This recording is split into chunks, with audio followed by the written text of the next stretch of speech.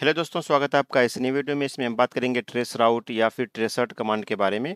दोस्तों, इससे पहले हम इस वीडियो में आगे बढ़े, मैं आपसे कहना चाहूँगा कि मैंने एक वीडियो बनाई है पिंग कमांड के बारे में। आप वीडियो आई बटन पे क्लिक करके या फिर डिस्क्रिप्शन में उसका लिंक है, आप उस वीडियो को देख लीजिए ताकि इस वीडियो को समझने में आपको ज़्यादा आसानी हो। क्योंकि जो ट्रेस राउट है वो और जो पिंग है वो दोनों एक ही मेथड पे काम करता है। तो आपसे गुजारिश है कि आप वो वीडियो देख लें और इसको फिर कंटिन्यू करें। तो चलते हैं दोस्तों, इस वीडियो को आगे कंटिन्यू करते हैं। दोस्तों, जैसा आप डेफिनेशन देख रहे हो यहाँ पे, ट्रेस राउट और tracert in Windows, like in Windows इसको हम ट्रेसर्ट के लाइक कमांड होती है। Is a network diagnostic tool use to trace the route that data takes from one computer to another across a network such as the internet. Internet के through जो हमारा data flow होता है, data transfer होता है, उसका क्या राउट होता है उसको जानने के लिए हम इसका इस्तेमाल करते हैं। It works by sending packets of data called probes. ये प्रोब सेंड करता है to the destination computer with the increasing time to live TTL values. I will like इसमें हम अभी मैं आपको एग्जांपल के तौर पे दिखाऊंगा। आपको पैकेट कैप्चर मैंने रखा हुआ है और ट्रेस आउट करके दिखाऊंगा कि किस तरह से ये टीटीएल वैल्यू इंक्रीज होती है और कैसे ये काम करती है।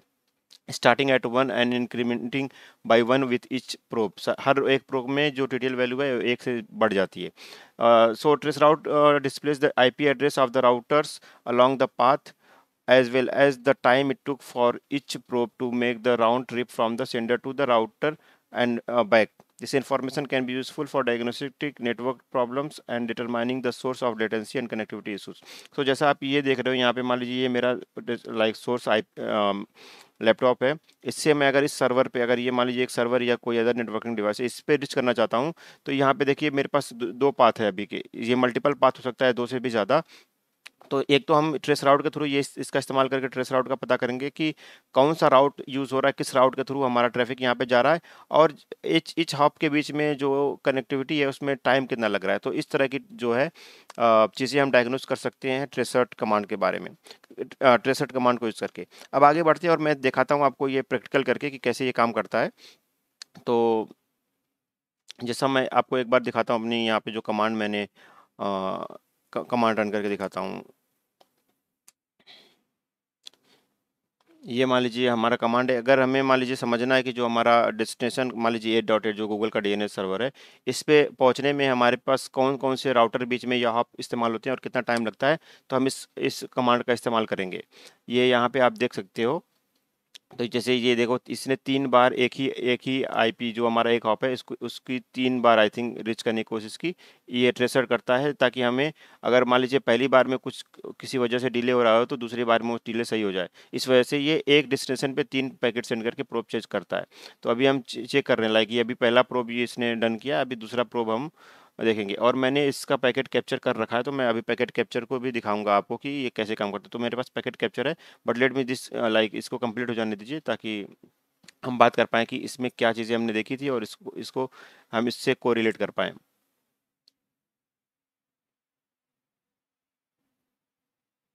ये किसी वजह से या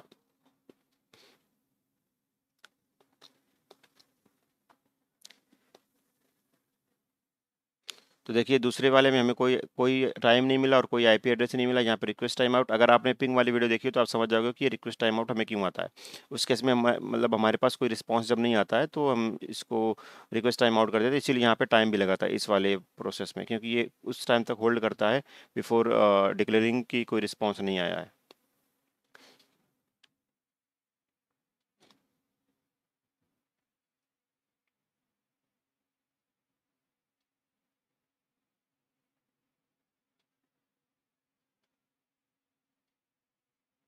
सो बेसिकली दोस्तों, ये किसी वजह से थोड़ा टाइम ले रहा है करने में, बट मैंने यहाँ ऑलरेडी करके रखा है, मैं दिखाता हूँ। तो बेसिकली क्या होगा कि ये लास्ट तक जाएगा और जब तक इससे रिस्पॉन्स ना आ जाए तब तक ये ट्रेस राउट करता रहेगा।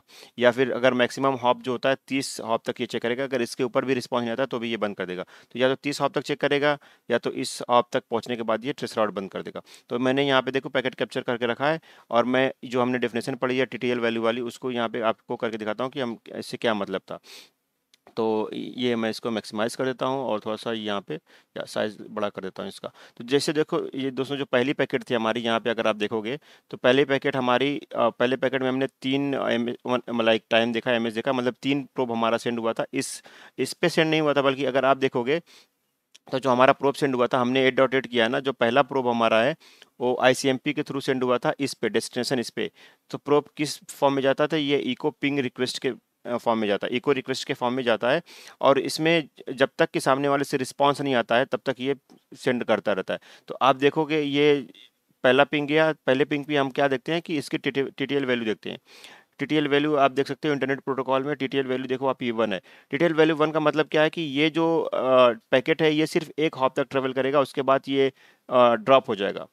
इसके पीछे लॉजिक क्या है कि जैसे मान लीजिए ये हमारा पैकेट है 8.8, जब ये पहले राउटर पे पहुंचेगा तो टीटीएल वैल्यू जो हमारी 0 हो जाएगी, तो वो राउटर ड्रॉप करने के बाद एक आपको रिस्पॉन्स सेंड कर देगा कि टीटीएल वैल्यू एक्सीडेड। तो देखिए जैसे हमारे ये पैकेट है, हमारे पहले राउटर पे जो हमारा गेटवे है 192.168.0.1, इस पे पहुंचते ही जब टीटीएल वैल्यू 0 होगी तो उसने एक रिस्पॉन्स सेंड कर दिया कि टीटीएल वैल्यू एक्सीडेड।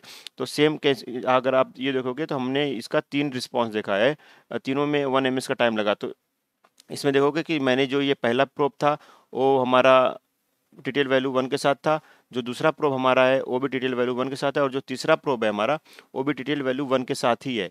और इन तीनों केस में हमने टीटीएल वैल्यू देखा, और तीनों के केस में हमारे पास एक टीटीएल वैल्यू एक्सीडेड का रिस्पांस आ गया।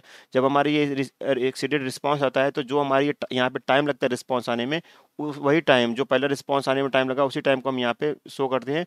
और जिस जिस आईपी से रिस्पांस आता है कि टीटीएल वैल्यू एक्सपायर्ड, ये देखो आप इस आईपी से रिस्पांस आया है तो हमने उस आईपी को यहाँ पे डाल दिया कि पहला हॉप ये है। तो इस तरह से काम करता है। अब आगे हम दूसरा देखते हैं। तो जब यह देखोगे आप, जो दूसरा हमारा प्रोब गया है, ये पहले 3 प्रोब एक टीटीएल वैल्यू पे गया, तो फिर उसके बाद जो चौथा प्रोब होगा उसमें टीटीएल वैल्यू 2 हो जाएगी। उसके बाद जो पांचवा छठा जो होगा इसमें टीटीएल वैल्यू आपको 2 रहेगी।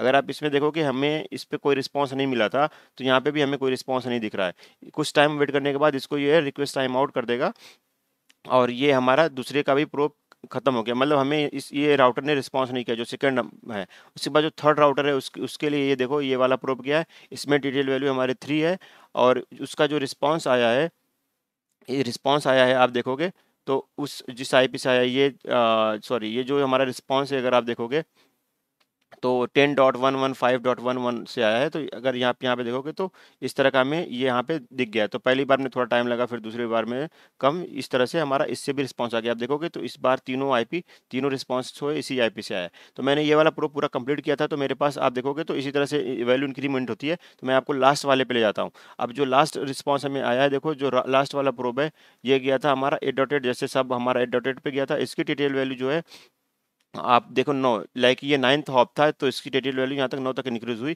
उसके बाद हमें आप देखोगे तो यहाँ पे इससे पहले कहीं भी हमें 8.8 से रिस्पांस नहीं मिला था, और यहाँ पे हमें 8.8 से रिस्पांस मिल गया। और इसे रिस्पांस मिलने के बाद हमारा जो है ट्रेस राउट कंप्लीट हो जाता है। इसके बाद हम दूसरा प्रोब सेंड नहीं करते हैं। तो दोस्तों ये इस तरह से काम करता है। उम्मीद करता हूँ कि आपको वीडियो समझ में आई हो। अगर समझ में ना आई हो तो दोस्तों, तो आपसे रिक्वेस्ट है कि आप पिंग वाला वीडियो वापस एक बार फिर से देख लो, आपको वीडियो जरूर समझ में आ जाएगी। अगर फिर भी कोई कंफ्यूजन रह जाती है या कोई डाउट रहता है तो आप कमेंट में लिख दीजिए, मैं उसको जवाब देने की पूरी कोशिश करूंगा। दोस्तों आपसे गुजारिश है कि आप इस वीडियो को लाइक और चैनल को सब्सक्राइब जरूर कर दें। बहुत बहुत धन्यवाद दोस्तों।